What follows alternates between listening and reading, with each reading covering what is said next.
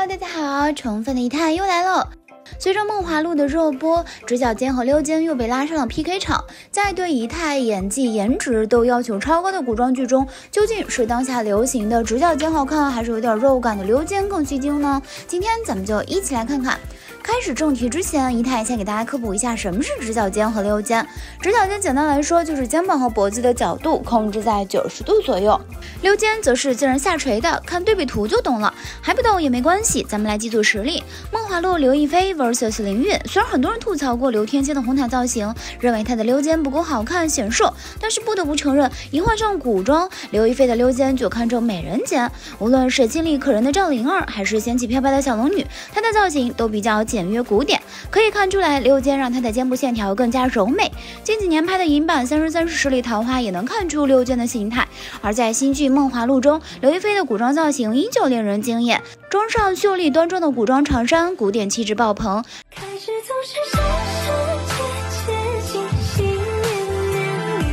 船上换药这一幕更是了不自知。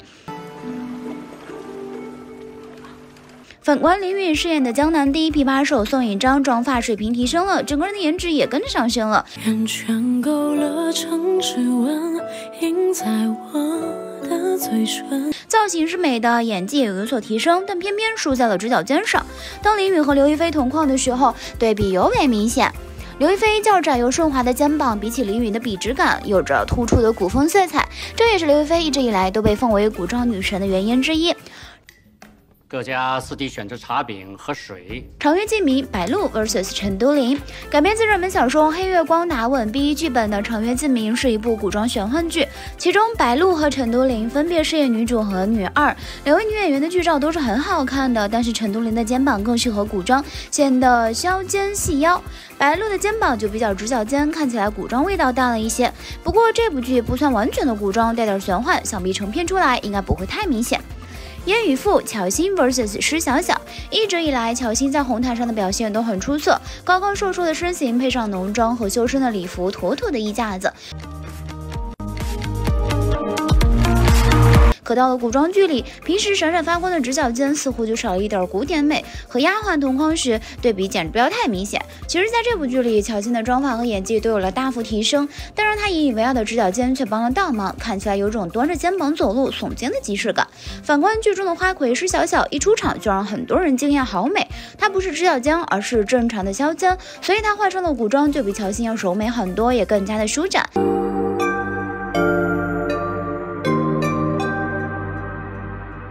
真的是没有对比就没有伤害，比起直角肩，削肩溜肩配古装才更能体现大气的美。风起霓裳娜扎 vs 少年武媚娘，长相漂亮的娜扎也有一个线条分明的肩膀，这样的肩膀在现代装的加持下，无疑是吸睛神器。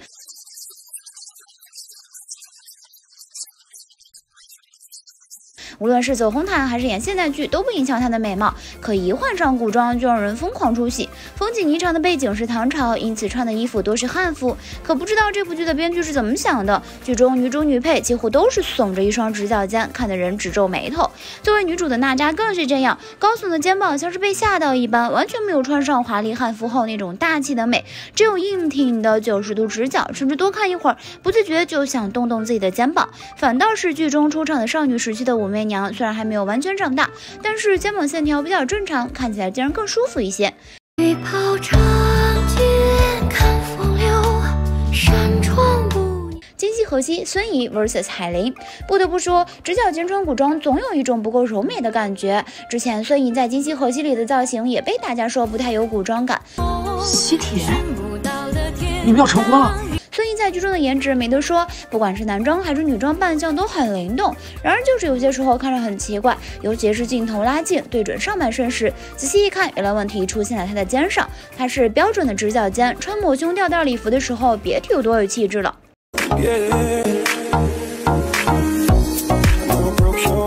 然而直直角肩通常有显肩宽的问题，尤其是斜方肌极小的直角肩，穿这种领口很小的古装时，头肩比看上去会很虐，显得头很小，脖子很短，身体很宽，肩膀很直，两头甚至有点上翘，就像是耸肩一样。在看剧中，女主的情敌由海琳饰演的柔夫人同样是直角肩，因为大领口露肩造型的原因，很好的弱化了直角肩易显壮的缺点，露出了清晰锁骨线，突出了她的骨感。披肩营造出的双肩下沉的感觉，让她整个人看上去很挺拔向上，并没有女主那么明显的耸肩情况。所以直角肩未必是优势，穿衣打扮不对的时候也会变成劣势。关晓彤跟孙怡一样，现代装绝美，换上了古装却有种奇奇怪怪的感觉，特别是她的古装写真，衣服很过关，发型也好看，就是直角肩太死板，导致她整个人看起来十分不自然。其实这已经不是关晓彤的古装第一次被外界吐槽说奇怪了，长大后的她出演过不少作品，从凤青黄到图兰朵，造型都会被热议一番。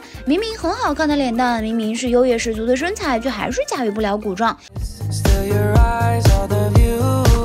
我还以为你不会来。说到底还是直角肩的问题。不信你看刘诗诗，她参加中秋晚会的造型，并没有额外突出她的天鹅颈和直角肩，反倒是溜肩的古装造型出镜。摆脱一字肩直角肩的审美，难道这样的诗诗不美吗？其实那些被封神的古装美人，大多数都不是直角肩。被称作大陆第一美人的陈红，从大明宫词里露肩扮相就能看出，她也是溜肩美人一个。为谁弄一首没有直角90度的不自然，圆润的弧度尽显婉约贤淑，一颦一笑之间都透露着大家闺秀的气韵。她的嫦娥造型也可以看出来，溜肩这样的肩膀不仅不难看，反而给人物增添一种典雅与气质。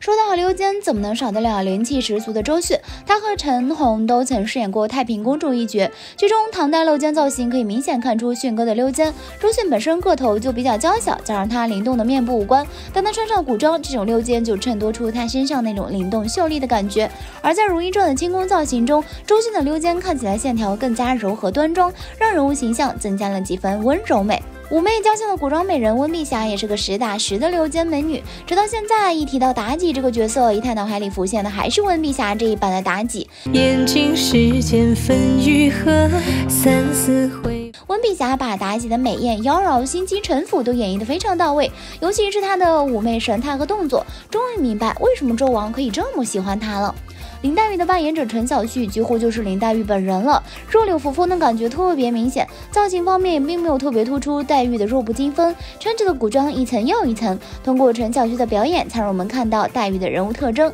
再看陈小旭的现代装，她其实也是典型的溜肩，虽然也瘦，但是肩膀并不是平直的，很有古典美，是清新秀丽的类型。王祖贤也是溜肩美人，她的气质可以现代也可以古典，但是无论是哪一种都属于有英气的美。还记得上座花轿嫁对郎的杜冰雁吗？其实杜冰雁的扮演者小李莲也是一个溜肩美人，她不仅是一个古装美人，还是一个古装和现代装差异特别大的人。看她的现代装感觉有些不够大气，用现在的话说就是有一种土甜感，但是一到古装里她的优势就出来了。杜冰雁是大家闺秀，温婉优雅，知书达理，温柔贤淑。小李莲演出了杜冰雁的大气感，圆圆的脸，圆圆的眼睛，搭配溜肩，正好能突出杜冰雁的大气和温婉。杨雪年轻时期的颜值也很高，她的面部五官属于大气精致的类型，再加上溜肩，古装造型十分出彩。提到杨雪的代表角色，很多人脑海中就浮现出了毒辣美人江玉燕。不得不承认，杨雪除了颜值，扮相出众，演技也令人刮目相看。将江玉燕前后期的转变刻画得很是生动，特别是她黑化后的宫妃造型，露出了美人肩，清秀中露出了妩媚的姿态。同样演过蛇蝎美人的杨童书也是一位溜肩美人，她在许多古装剧中的造型都很不错，堪称经典的古装剧《至尊红颜》中，她饰演的反派徐莹莹虽然有着小白兔般的面容，却是让人胆寒的心机美人。